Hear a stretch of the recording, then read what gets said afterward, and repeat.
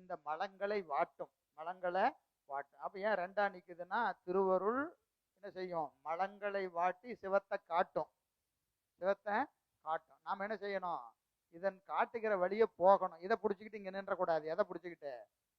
திருவருளை பிடிச்சிக்கிட்டு இதே போதுன்னு நின்றக்கூடாது. புரியுதா இல்லைங்களா? சுத்தமாம் சக்தி ஞான சுடராகும் சிவமொழிந்து சக்திதான் என்றாம் முன்னை தகவிலா மலங்கள் வாட்டி அத்தனை அருளும் எங்கும் அடைந்திடும் இருளகற்றி வைத்திடும் இரவி காட்டும் வளரொளி போல் மகிழ்ந்து.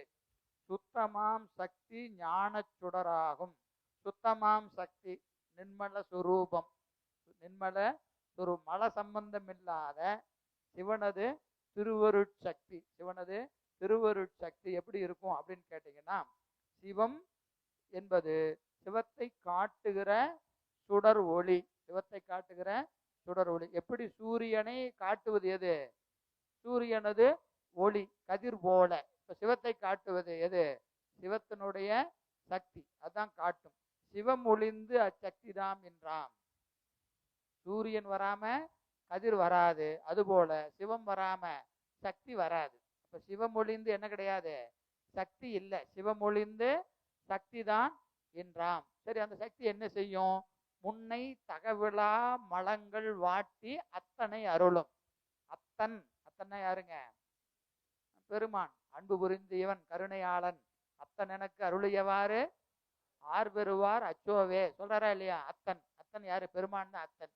எனவே இந்த திருவருள் என்ன செய்யும் கேட்டா, முன்னம் தகவிலா மலங்கள் நீத்து, மலங்களை எல்லாம் வாட்டி அவற்றையெல்லாம் நம்மை விட்டு நீக்கி என்ன செய்யும்? சிவத்தை கொடுக்கும். பாசத்தை நீக்கி சிவத்தை கொடுக்கும்.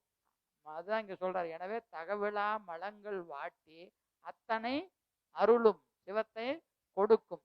எங்கும் அடைந்திடும் இருளகற்றி வைத்திடும் இரவி காட்டும் வளரொளி போல் மகிழ்ந்தே. அது எது போலன்னு சொன்னா, இருளை நீக்கி, இருளை நீக்கி சூரியனை காட்டுகிற கதிர் போல. கதிர் என்ன செய்யணும்? ரெண்டு வேலை செய்யுது. என்ன செய்யுதுங்க? இருளை நீக்குது, சூரியனை காட்டுது.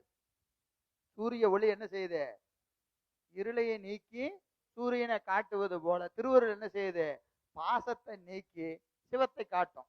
சிவத்தை காட்டும். அதனால ஒளி என்பது எதற்கு ஓமை? திருவருளுக்கு ஓமை. திருவருளுக்கு ஓமை என்று இங்க காட்டுகிறார். அப்போ திருவருளும் சிவமும் பிரிப்பின்றி இருக்கும்.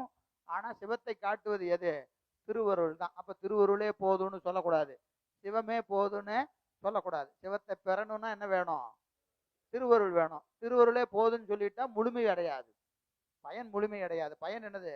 சிவத்தை பெறுவதுதான் பயன். அடுத்த பாடல் பாருங்க, 76.